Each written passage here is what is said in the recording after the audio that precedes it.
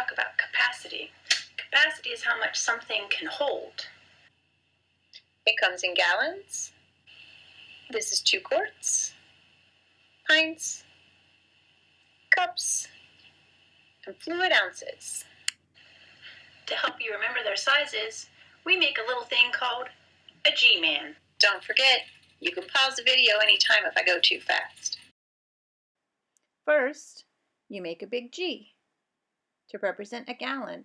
A gallon is the largest unit of capacity. Then you draw 4 Q's because there are 4 quarts and a gallon. Make them pretty big. You need to fit some other units in there. Next, pints. There are 2 pints in every quart. But we still need to fit some smaller units in there, so make them as big as you can.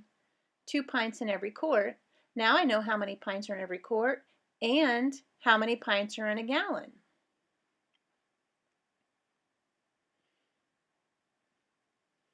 Now for cups. 2 cups in every pint. So I'm going to draw 2 little C's in there. And now this will tell me how many cups in a pint, 2, how many cups in a quart, 1, 2, 3, 4, and how many cups are in a gallon. You can just count them up once you get this visual organizer set up.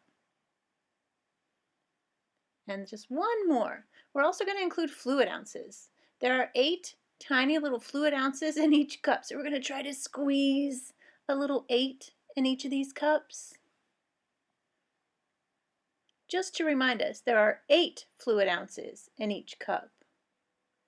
And of course, we can still use the same visual organizer to know how many fluid ounces are in a pint, how many fluid ounces are in a quart.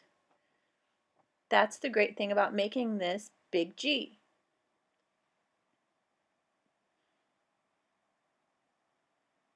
And we're done.